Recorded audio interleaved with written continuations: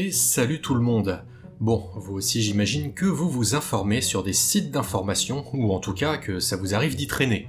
C'est pas moi qui le dis, il paraît que 95% des Français se rendent sur un site de presse au moins une fois par mois. Et les avez-vous vus? Mais si, vous savez, ces trucs au titre bizarre qui attirent notre œil, ces titres racoleurs et accrocheurs qui promettent un article bien déceptif, article d'ailleurs qui nous fait quitter le site sur lequel on est.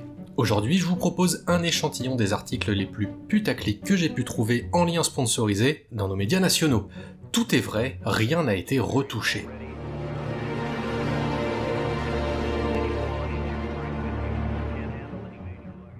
Et donc on commence tout de suite avec un top. Et on a ici les 20 hélicoptères les plus redoutés sur le champ de bataille, avec une photo d'un RH-66 Comanche. Alors oui, il fait peur, il a l'air bien futuriste, et pourtant il date de 1997. Et si vous n'en avez jamais entendu parler, c'est parce que seulement 2 ont été construits et que le projet a été annulé après avoir englouti près de 7 milliards de dollars. Donc hélicoptère redouté, mes fesses. Et on continue ici avec ce truc. Le jet privé de Bezos fait honte à Air Force One.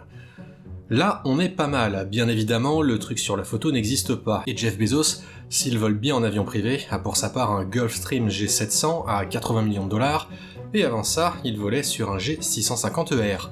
Rien à voir avec ce machin du turfu. J'en profite car juste à côté de cet article poubelle, on avait ce machin. Le char le plus puissant du monde se trouve bien en Europe. Vous serez étonnés. Ah bah oui, tu m'étonnes avec cette espèce de visuel de drone / véhicule de reconnaissance, mais bon, un char qu'on vous dit, ma petite dame.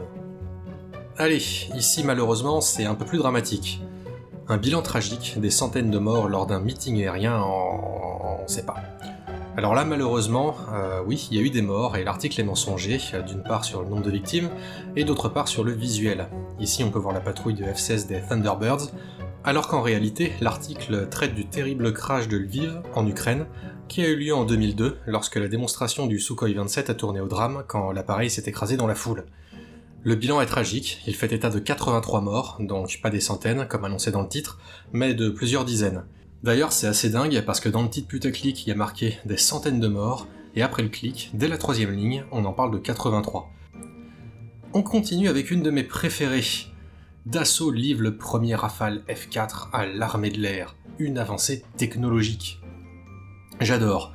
En dépit du fait qu'on voit tout de suite qu'il ne s'agit pas du Rafale, il y a littéralement marqué F-35 sur la dérive et Navy en capitale sur le fuselage, ainsi que ça là, enfin je veux dire, c'est un peu what the fuck, mais bon, vous allez voir qu'on n'en a pas fini avec le Rafale.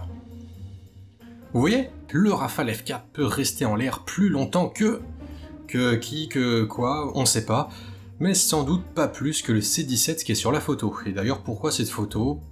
On sait pas non plus. Allez, on continue. Ukraine, des avions datant de la Seconde Guerre mondiale ont été quoi? Encore une fois, on sait pas. Ce que je sais par contre, c'est que l'avion ici est un HAT-CB1 classique, un appareil qui a fait son premier vol en 1968, donc 23 ans après la fin de la Seconde Guerre mondiale. Ah là déjà, c'est un peu plus sympa. F-35. L'avion vedette de l'armée américaine fait face à de graves problèmes. Ah bah tu m'étonnes, ouais, si t'as commandé des F-35 et qu'on te livre ça, oui, il y a un souci. Même si au fond, c'est peut-être pas plus mal. Bon, bien évidemment, il ne s'agit pas d'un F-35 sur la photo, mais bien d'un F-22 Raptor, même si les deux appareils sont fabriqués par le même constructeur, Lockheed Martin.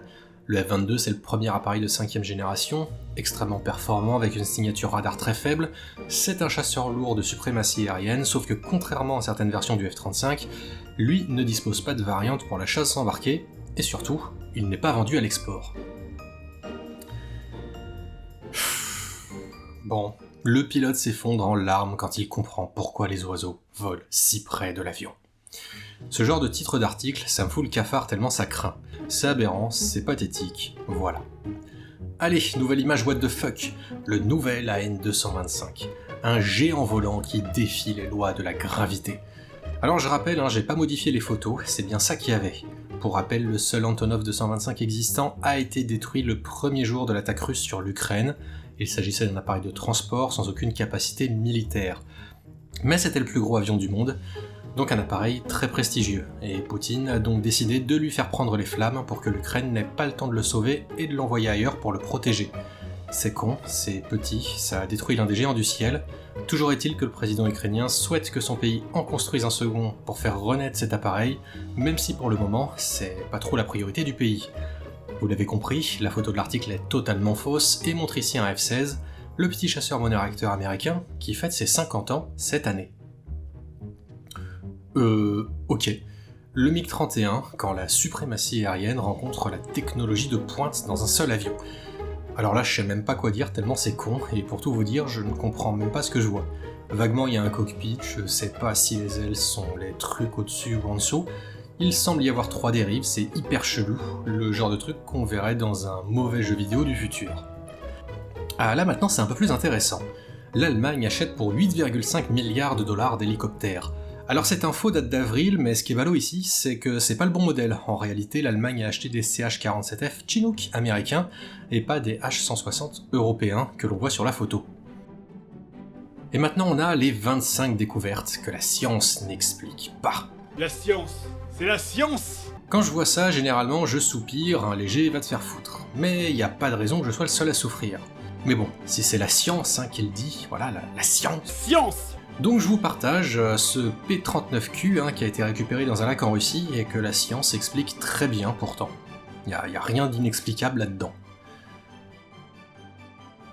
Un pilote est obligé d'atterrir en urgence sur un porte-avions lorsqu'il découvre ceci. Alors dans le genre complètement con, c'est du haut de gamme, déjà le titre putaclic et ensuite la photo. Et surtout, c'est un vol d'article du 1er avril qui je crois avait été publié à la base dans Infopilote, mais ça faudrait vérifier. Bon, toujours est-il qu'il est impossible qu'un avion de tourisme puisse s'approcher assez près d'un groupe aéronaval pour rejoindre un porte-avions en planer en cas de problème, ça a aucun sens. Cependant, c'est déjà arrivé par le passé, en avril 1975, lors de l'évacuation du Vietnam. On a le major Bong Lee qui installe sa femme et ses 5 enfants dans un petit Cessna O1, c'est une sorte de dérivé du 170. Il décolle avec l'avion et il prend la direction d'un groupe aéronaval américain qui participe à l'évacuation du pays. Il fait comprendre aux Américains qu'il souhaite se poser sur le porte-avions USS Midway. Il faut comprendre qu'il peut pas amérir à côté en fait, car ses enfants, ils auraient pas le temps d'évacuer et ce serait très compliqué, ils sont quand même 6 dans l'avion. Le problème, c'est que le pont d'envol est plein d'hélicoptères, et le choix est fait d'en balancer certains directement dans l'océan pour permettre au petit Cessna de se poser et donc de sauver la vie des gens à bord. Tout le monde sera sain et sauf, et au total, c'est pour 10 millions de dollars de huet qui se retrouvent au fond de la mer de Chine. Un happy ending, comme à Hollywood. What are you going to do to cash in on your newfound fame? I'm going to Disneyland. On continue ici avec le Fuyang, le plus grand navire de guerre jamais construit par la Chine, bientôt en mer. Ouais, il est étrange ce porte-avions, surtout avec les F-18 sur le pont. Bref, photo à la noix, il s'agit d'un porte-avions américain. Alors ici, le jeu PC le plus réaliste de 2023. Et bon sang, ouais, quand je vois ça, je me dis que Flight Simulator ou DCS, ils peuvent aller se rhabiller. Et puis bon, qui ne rêverait pas de décoller d'une piste de 10 mètres de long sur le sable fin? Allez, next.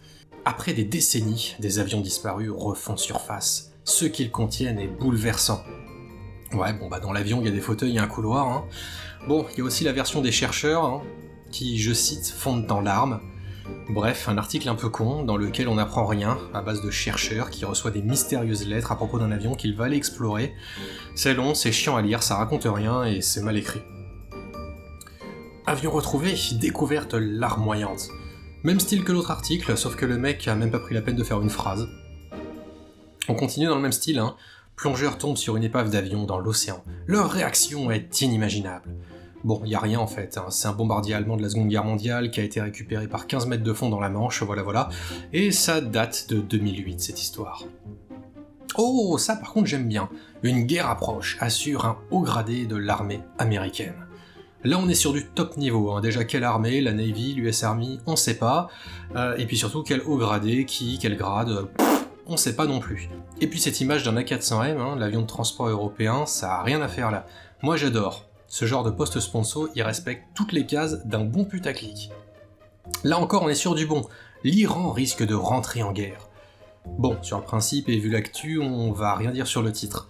Mais alors, le visuel est quand même bien dégueulasse. On a le bon rond rouge, bien putaclic, qui n'indique rien, et surtout un appareil fait par IA qui n'a aucun sens.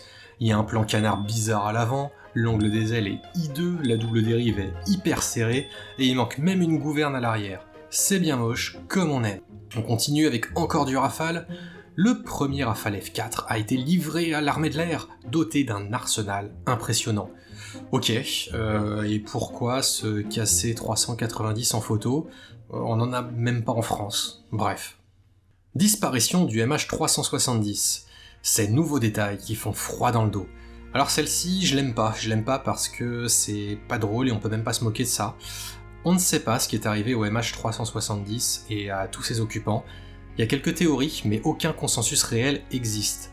Le problème, c'est que bien trop souvent, on a ce genre d'articles qui arrivent et qui nous promettent de, je cite, des nouveaux détails ou des nouvelles découvertes, qui sont soit d'anciennes théories plausibles, soit, et là c'est pire, remettre une nouvelle fois le couvert sur d'anciennes théories à la con, qui ont été débunkées, mais qu'on remet au goût du jour, comme si c'était nouveau, alors que ça fait des années qu'elles ont été infirmées. Dans le genre théorie farfelue, les AWACS pour brouiller le signal de l'avion et d'autres joyeusetés de ce genre, pourtant invalidées. Allez, la suite. Oula, encore du Rafale F4 avec ce truc. Je sais même pas ce que c'est, on dirait un espèce de eVTOL chelou avec 2 bagnoles garées à côté, bref, ça n'a aucun sens.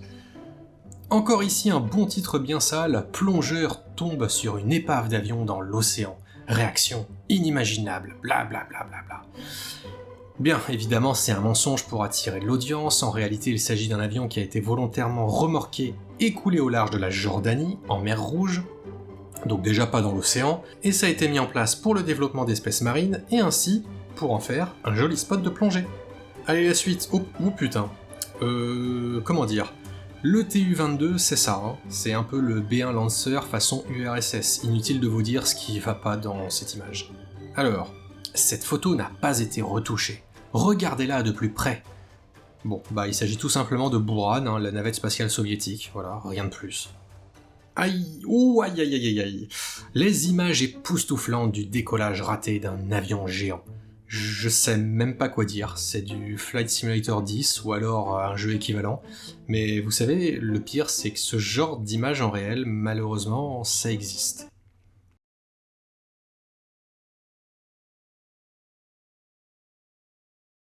Bon, on termine avec une saloperie générée par IA, où il y a rien qui va. Le train est sorti, les hélices sont pas alignées, l'empennage horizontal lui aussi qui a bu un coup de trop, et ah si, regardez ça, il y a un réacteur côté tribord et rien à bâbord, et l'aile gauche a l'air de vouloir se barrer, voilà, il y a juste rien qui va. Bon, et ben moi j'en ai fini avec ce petit tour des articles un peu cracra qu'on trouve sur nos sites médias. S'il y en a un qui vous a particulièrement plu, et ben n'hésitez pas à me le faire savoir. Et puis moi je vous dis à très vite pour d'autres vidéos. Salut et bonne journée.